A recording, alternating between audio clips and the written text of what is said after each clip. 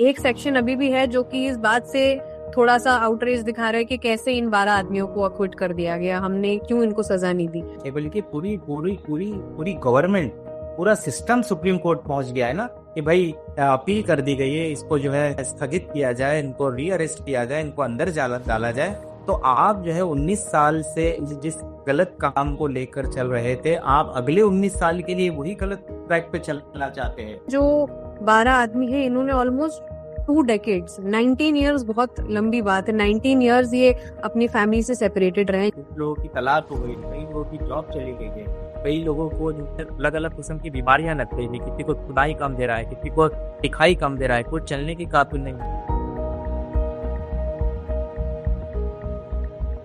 This fight of almost 2 decades has also not come to an end. The Supreme Court stayed the Bombay High Court's order a day after this interview was recorded. Prosecution ने खुद से ये बात रखी कि वो accused को jail में भेजने की बात नहीं कर रहे, रिक्वेस्ट नहीं कर रहे, सिर्फ वो ये चाहते हैं कि हाई कोर्ट का जो जजमेंट आया है जिसमें मौका के ऊपर बहुत सारी बातें लिखी गई है, उसका असर दूसरे केस पर पड़ेगा और उसका असर दूसरे केस पर ना पड़े, इसलिए वो इस पर स्टे चाहते हैं। दूसरे लफ्ज़ों में वो नहीं चाहते कि इस जजमेंट की वजह से दूसरे लोगों को भी फ़ायदा पहुंचे, कुछ लोग बेल पर रिलीज़ हो, कुछ लोग एक्विटल हो, इसलिए उन्होंने इस पर स्टे दिया है, स्टे मांगा है और सुप्रीम कोर्ट ने स्टे दे दिया। लेकिन खुशी की बात यह है कि 19 साल के बाद जो 7-11 के कैदी बाहर आए हैं, उनको घबराने की ज़रूरत नहीं है, उनको जेल जाने की कोई ज़रूरत नहीं है और वो आज़ादी से अपने फैमिली के साथ रह सकते हैं। और कानून की जो लड़ाई है वो हम जमीयत उलमा के साथ मिलकर आगे भी लड़ेंगे।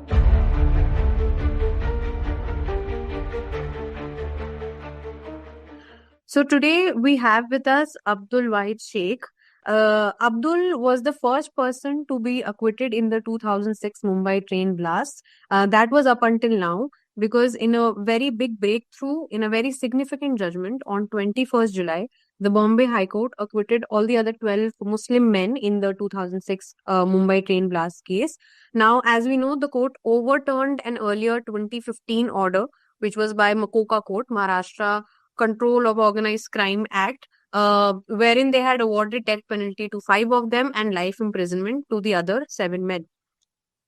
तो आज हमारे साथ अब्दुल जी हैं, and because he has himself gone through wrongful imprisonment and he has closely fought for these 12 men, तो हम उनसे आज बातचीत करेंगे।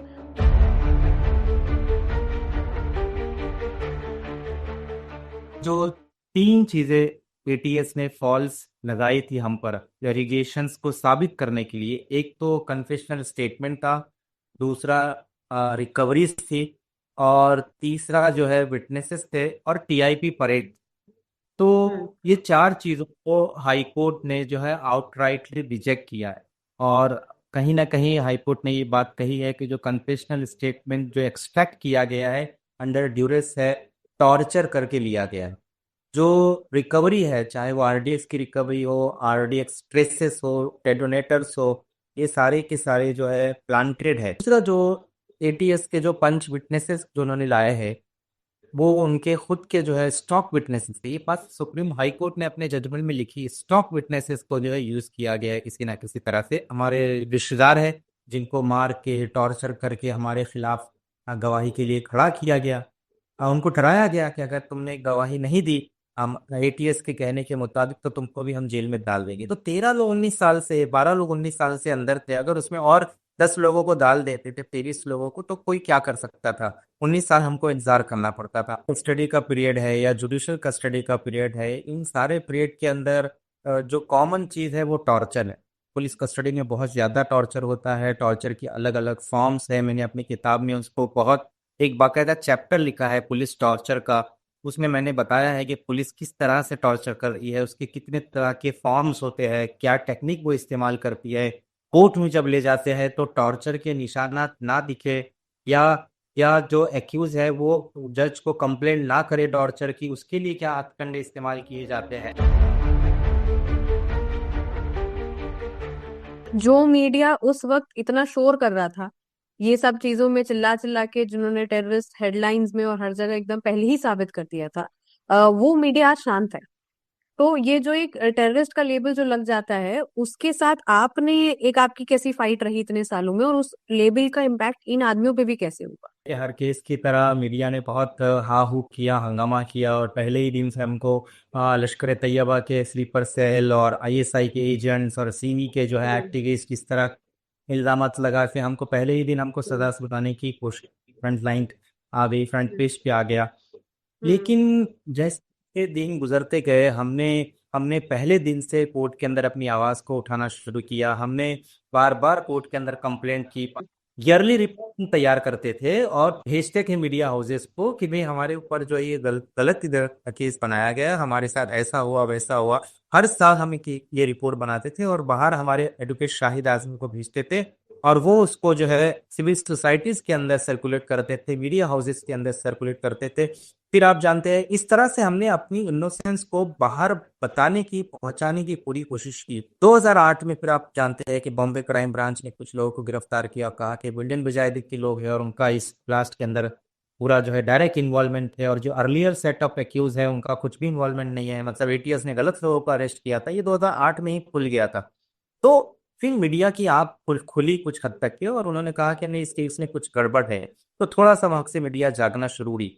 उसके बाद जब 2015 में जजमेंट आया और मैं रिलीज हुआ, तो 2015 से 2025 लगातार मैंने जो है किताब के माध्यम से, अपनी फिल्म के माध्यम से, अपने यूट्यूब चैनल के माध्यम से मैंने लगातार पूरे इंडिया का दौरा करके, इंडिया भर में मैंने प्रोग्राम करके, जहां जहां पॉसिबल हो सकता था मैंने कोशिश की मीडिया को अवेयर करने की, सोशल सिविल सोसाइटी को अवेयर करने की कि ये बोगस है, इसमें फंसे हुए लोग बेगुनाह है, उनको छूटना चाहिए।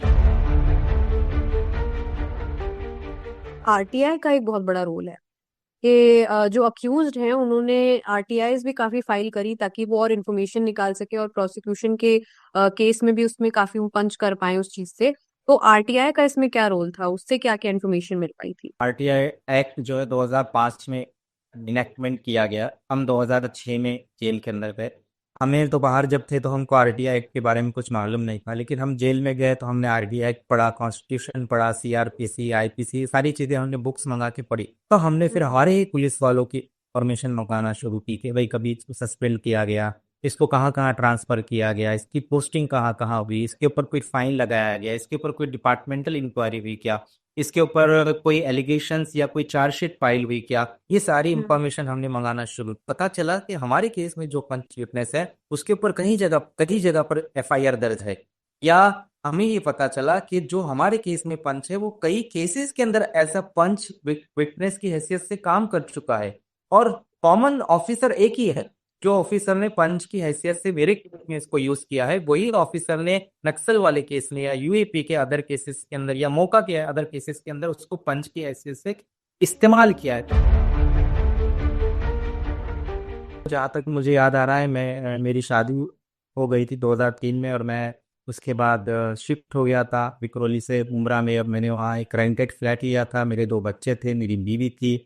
मेरे माँ बाप कैजुअल रहते थे, कभी वो मुंब्रा में रहते थे मेरे साथ, कभी विक्रोली में रहते थे। तो 11 जुलाई का मुझे याद है कि मैं काम कर रहा था। मैं शाम में जॉब से आया और बच्चों के साथ खेला, बीवी से बात की, और हमारे पड़ोस के अंदर दोस्त है, उनके पड़ोस के फ्लैट में जाके मैं बात कर रहा था। उसमें उन्होंने टीवी चालू किया और टीवी में जो है ब्रेकिंग न्यूज़ आने लगी 6:30 पौने 7 बजे।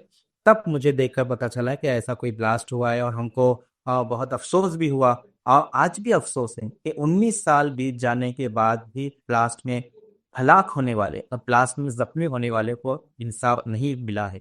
ना उनको इंसाफ मिला, ना हमको इंसाफ मिला। 19 साल के बाद जजमेंट आया है, ठीक है, लेकिन ये जजमेंट बहुत देर से आया है। ये जजमेंट 9 महीने बाद आना चाहिए था। ये जजमेंट बहुत से बहुत 19 महीने में आना चाहिए था। 19 साल के अरसे ने बहुत उनको जो है लेट किया। दूसरा एलिगेशन मुझ पर ये था कि ये थे जो मुंब्रा में जो रेंटेड फ्लैट था थाना के अंदर, उसमें इन्होंने पाकिस्तानी बंदों को 4-5 पाकिस्तानी बंदों को शेल्टर दिया था, और ये सिमी के लिए काम करते हैं। बेसिकली ये 2-3 एलिगेशन मेरे ऊपर लगाए गए थे, और इसको साबित करने के लिए वो कन्फेशनल स्टेटमेंट मेरा रिकॉर्ड करना चाहते थे, जिसके लिए उन्होंने मुझे बहुत टॉर्चर किया, और मैंने उस पर साइन करने से इनकार कर दिया था। तो ये सही बात है कि इन 19 पग में बहुत कुछ तो एक्यूज है कि मानन था नंबर 1, वो तो खुद इस केस के अंदर जेल के अंदर नागपुर जेल ने कोविड की वजह से उसका इंतकाल, उसका बेचारे का उसकी बूढ़ी माँ मेरे से उससे कल फोन पर बात कर रही थी और मैं उसको जजमेंट सुना रहा था। कमाल पर भी लगाए गए तमाम इल्जामात को हाईकोर्ट ने जो है मुस्तरद किया, तमाम इल्जामात से उसको बाइजर बरी किया। तो उसकी माँ को मैं जब बोलने लगा तो वो बहुत रोने लगी और बहुत खुश हुई कि जो है मरने के बाद भी जो है उसके हक में जजमेंट आया है। और वो कमाल के 5 से 6 बच्चे थे, वो आज भी जो है बिल्कुल परेशान हाल है। कोई कंपनसेशन रिहैबिलिटेशन की बात जो वहाँ पर गवर्नमेंट नहीं कर रही है। कल जो मोहम्मद अली रायद है जिनकी टोटू आदमीद हुई है, जो कि घुटने इतने सूजे हुए हैं कि वो किसी सहारे के बगैर चल नहीं सकते, 2 आदमी के कंधे का सहारा देके उनको चला रहे थे। 19 सालों में उन्होंने अपनी बीवी बच्चों और घर वालों को जो है क्यों दूर दूर रखा, उनकी खुशियों से दूर रहे। उनके मरने के वक्त भी कई लोगों को उनके माँ बाप की मौत पर मिट्टी देने की भी इजाजत नहीं दी गई। ये बहुत ही अफसोसनाक बात है। तो मोहम्मद अली है जो बॉम्बे के गवंडी के हैं, इस केस में गिरफ्तार होने के बाद उनकी बेटी की शादी नहीं हो पाई। जितने भी रिश्ते आते हैं, बहुत अच्छे रिश्ते आते हैं, सब कुछ तय हो जाता, पता चलता है कि इनके फादर जो है एक बम ब्लास्ट केस में गिरफ्तार है, तो वो रिश्ता करने के लिए तैयार नहीं। जो दो हमारे दो एक्यूज ऐसे हैं, 2 से 3 एक्यूज जिनकी शादी नहीं हुई थी, लेकिन जिन लोगों की शादी हुई थी, 2 एक्यूज को तो मैं जानता हूँ कि शादी होके 6 महीना 8 महीना भी नहीं हुआ था, उनको अरेस्ट कर दिया गया। जब वो जेल के अंदर आए तो उस दिन उनके उनकी उनकी बीवी के पेट में बच्चे थे। जेल आने के बाद 6-7 महीने बाद उनकी जो है बच्चों का जन्म होता है। बच्चों के जन्म के वक्त वो अपने बच्चों की शक्ल नहीं देख सके और आज 19 साल से वो उन बच्चों से दूर है। जेल जाने के बाद बच्चा पैदा, और जब जेल से रिहा हुए तो वो बच्चा शादी के लायक खड़ा है वहां पर। स्वाति साठे नाम की एक लेडी सुपरिटेंडेंट थी, वो अभी रिटायर हो गई है। तो उसने एटीएस के साथ मिल करके हमें अप्रूवर बनाने की कोशिश की। हमें लालच दिया गया, 10 लाख देंगे, 20 लाख देंगे, 25 लाख देंगे, आपको बॉलीवुड ब्रदर्स के साथ शादी करा के देंगे, आप एटीएस के ऑफिसरों के संपर्क में रहेंगे, आपको इंडिया के बाहर सेटल कर दिया जाएगा, वगैरह वगैरह। कभी लालच, कभी धमकी, कभी इस तरह की बात करके। ये केस के बाद आपको समझ में आया होगा, पूरी दुनिया को समझ में आया कि पुलिस के लिए जो है बिल्कुल उल्टे हाथ का काम है। किसी को भी उठा के 19 साल के लिए टेरर केस में बंद कर देना और उनका कोई बाल बायका नहीं कर सकता। उस वक्त तो रेशियो अलग था ना भाई, 1 एक्विटल था, 12 कन्विक्शन थे। इस वक्त का रेशियो तो 100% है, 12 के 12 एक्विटल है ना। उस वक्त वो आवाज उठी थी, बल्कि आज तो शिद्दत से आवाज उठनी चाहिए कि उनके खिलाफ कार्रवाई की जाए। लेकिन सब प्रमोशन पे है। जो ऑफिसर ने हमको मारा, टॉर्चर किया, को कन्फेशन के लिए दबाव डाला, वो आज जो है चीफ बने हुए, कहीं पे वो सीनियर पीआई बने रहे, वो एसीपी डीसीपी बने गए, प्रेसिडेंशियल मॉडल प्रेसिडेंशियल अवार्ड लेकर बैठे हो। अब पुलिस डिपार्टमेंट को उल्टा है कि गलत कीजिए जितना तो अपना आपको प्रमोशन मिलेगा। एटीएस को सस्पेंड कर दिया जाए, एटीएस का पूरा जो डिपार्टमेंट है उसको बंद कर दिया जाए। क्या जरूरत है? अब आपने जो है एनआईए बना दी है। अब सारे केस जो किसी भी स्टेट में होते हैं टेररिज्म के, वो तो एनआईए टेकअप कर लेती है। हाँ, एक नोटिफिकेशन होम मिनिस्ट्री निकालता है, सारे केस वो ले लेती है। तो क्या जरूरत है एटीएस और एटीसी को रखने की? और अक्यूज्ड की जो फैमिलीज है वो भी ये चाहते हैं अब कि इसमें इन्वेस्टिगेशन दोबारा से हो और बाकी भी इसमें जो एक्चुअल कल्प्रिट्स हैं उनको पकड़ा जाए और इन्वेस्टिगेशन दोबारा से चले। लेकिन मैं तो यही चाहता हूँ कि वैसी सी बात है। अब सवाल ये होगा कि भाई ब्लास्ट हमने नहीं किया, ब्लास्ट तो हुआ, लोगों की हलाकतें हुई, लोग जख्मी हुए, तो सवाल ये है कि फिर ब्लास्ट किसने किया? पर किसी ना किसी ने तो जरूर किया है। तो जब किसी ने किया है तो ये तो हुकूमत पुलिस इन्वेस्टिगेशन एजेंसी की जिम्मेदारी है कि वो मालूम करे और असल लोगों को पकड़े। लेकिन उन्होंने हमको पकड़ के 19 साल से बंद करके रखा था। तो अब जो है एसआईटी बनाई जाए, बहुत सी जगह से ये डिमांड आ रही है, एसआईटी बनाई जाए जिसमें हाईकोर्ट और सुप्रीम कोर्ट के जजेस रहे, पुलिस नहीं रहे।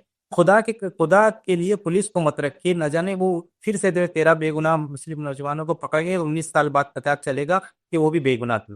तो पुलिस को मत रखिए, ये हमारे बहुत कॉम्पिटेंट जजेस हैं हाई कोर्ट सुप्रीम कोर्ट के, उनको रखिए ताकि वो इन्वेस्टिगेशन करे और पता वो कहाँ है, कौन है। अगर वो भाग गए हैं या मर गए तो वो आने दीजिए। अगर अगर एटीएस ने उनको अरेस्ट करके डिस्चार्ज दिया है तो वो भी आने दीजिए, सही बात सामने आने दीजिए, ताकि उनका जो है संतुष्टि हो जाए सामने वाले को भी कि क्या हुआ।